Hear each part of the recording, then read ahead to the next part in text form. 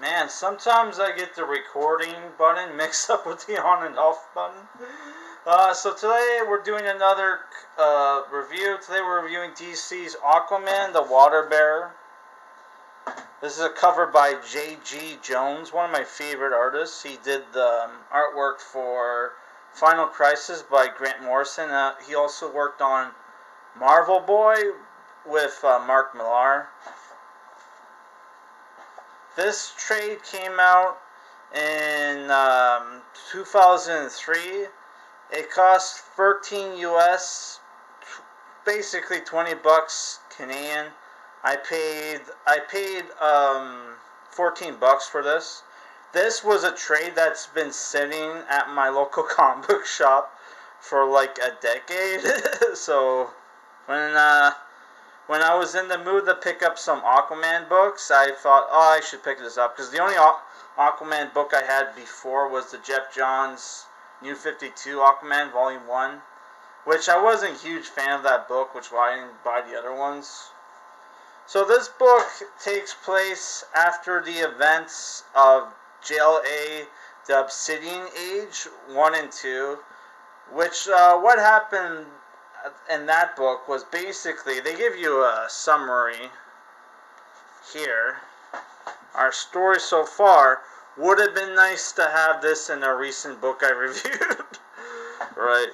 Also, the Aquaman starts off with his gladiator look when he had the what's it called, the hook for a hand, but it was basically a harpoon. Some TNA in this book, as you can see here. So yeah, what happened in the Obsidian Age is basically Atlantis got teleported back in time, and the people of Atlantis basically got enslaved by the sorcerers of Atlantis, because before Atlantis fell to the oceans, sank to the oceans, I should say, they were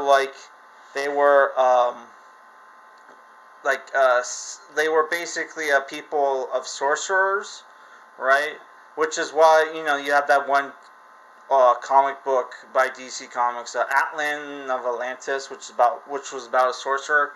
He was in that DC not Infinite Crisis, the Crisis on Infinite Earths, which I was going to review. I will at some point.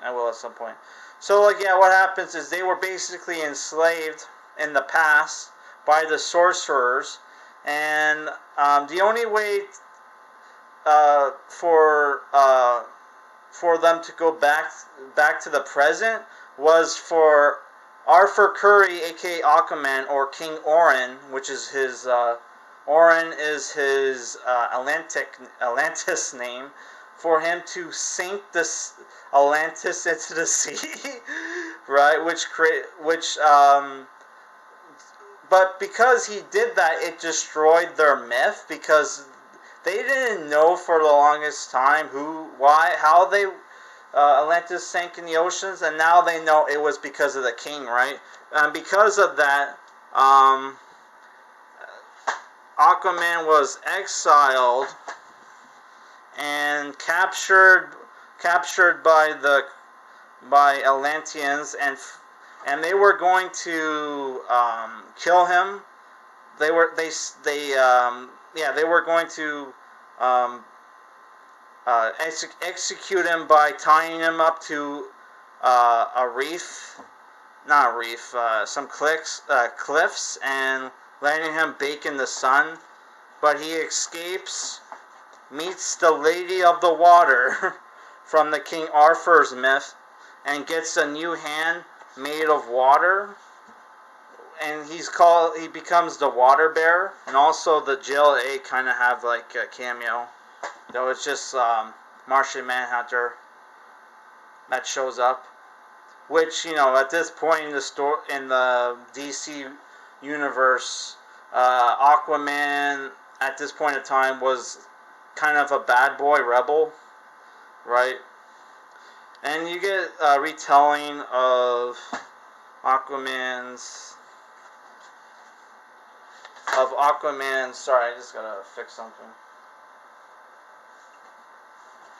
Aquaman's origin story, where he was pretty much abandoned because of his blonde hair.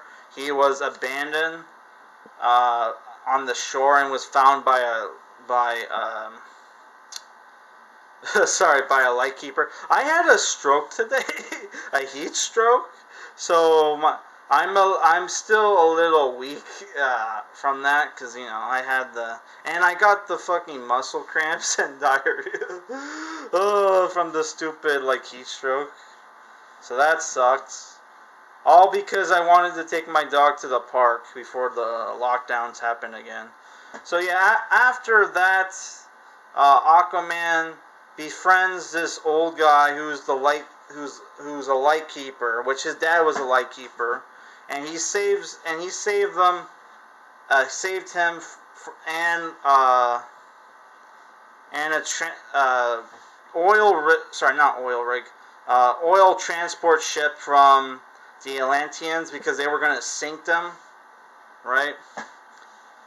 So that was cool. And after that, he gets a job at a lighthouse, and also befriends this chick who works for the Maritime Commission or whatever, right? Who doesn't believe that Arthur Curry is Aquaman, which I don't know. This is supposed to be Ireland, but she doesn't look, Irish to me, right? While that's going on, we've also find out. Oh, by the way, Aquaman cuts his hair. Also steals pants from a rogue general who they gave him armor and a weapon and a killer fish to help defeat Aquaman, which Aquaman was able to defeat him with using his water hand, right? And his killer monster, which what's going on back in Atlantis is Mira is the queen, but there's a new sorcerer class because some of the enslaved Atlanteans back during the Obsidian Age learned magic from the Atlanteans. So now there's a new sorcerer class in Atlantis, right? And now they run everything with this Prime Minister Hagen, right? And they're keeping the queen doped up. So here's another story. Here you find out that Garth, who's married to this girl named Dolphin, right, and has a baby, are not happy with the new Atlantis, and neither is later on. There's a story with Volko, who you'll know from the movie. He's also here. He was one of the people who condemned Arthur to death for the heinous crime of killing their myth, right? Which is why they wanted to kill him, right? So Arthur Curry, Garth shows up. Who Garth is called Tempest. He used to be Aqualad, and he was part of the Teen Titans. He finds Arthur Curry, Aquaman, and using a magic spell, puts their spirits, their astral projections into fish, and he wants to show Arthur Curry what the new Atlantis is like. Right? Here's the main villain, Hagen, Prime Minister Hagen, and the guy who used to want to kill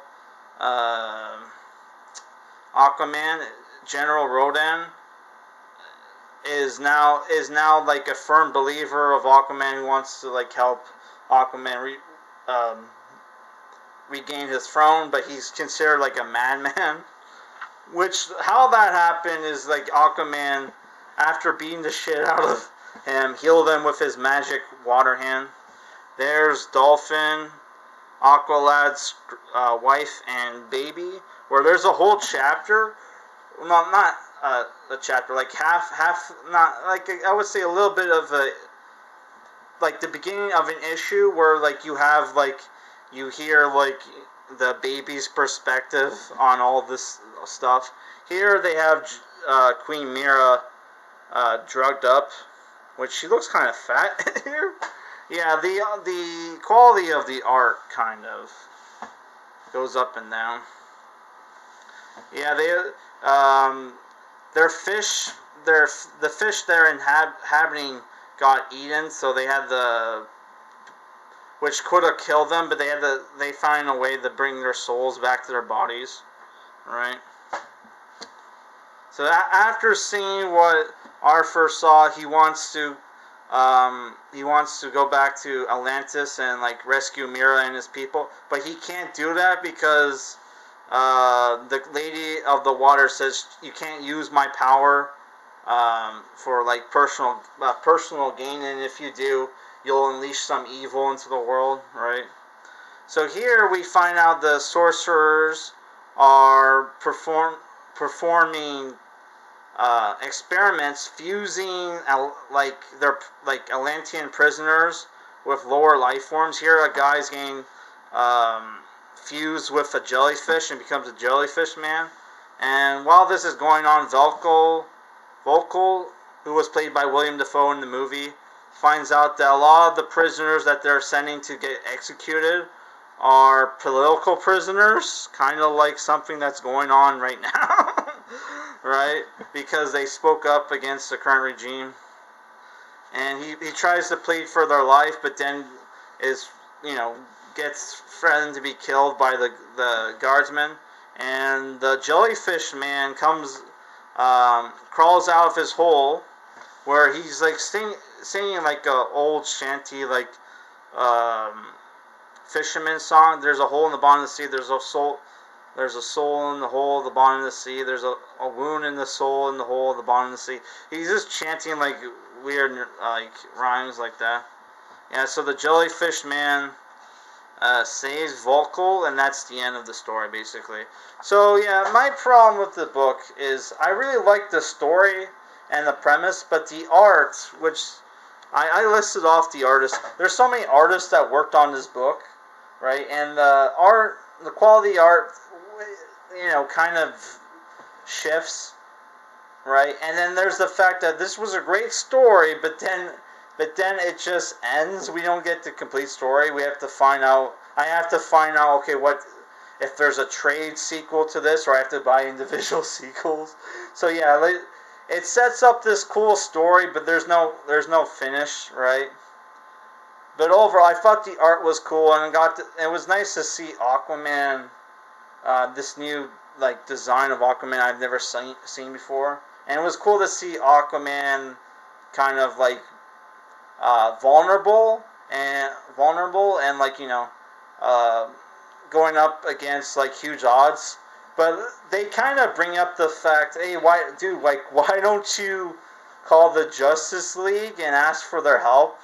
And he's like, he gives the excuse, I like to work alone, and like, I don't like those guys. You're a founding member of the JLA, but you don't like the Justice League. Yeah, because apparently they don't like him so much because he has a huge chip on his shoulder, right?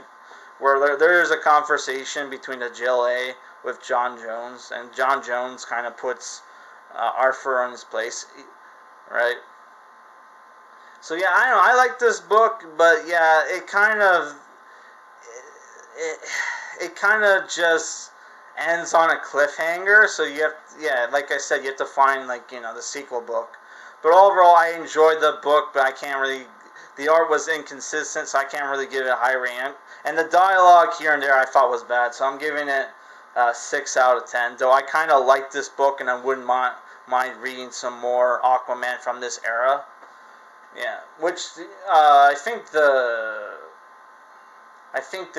there's like Grant Morrison Justice League run that has like this Aquaman, so I'm gonna check that out. So yeah, that's the end of this review. My next review is going to be Squadron Supreme, which is on the left there, right?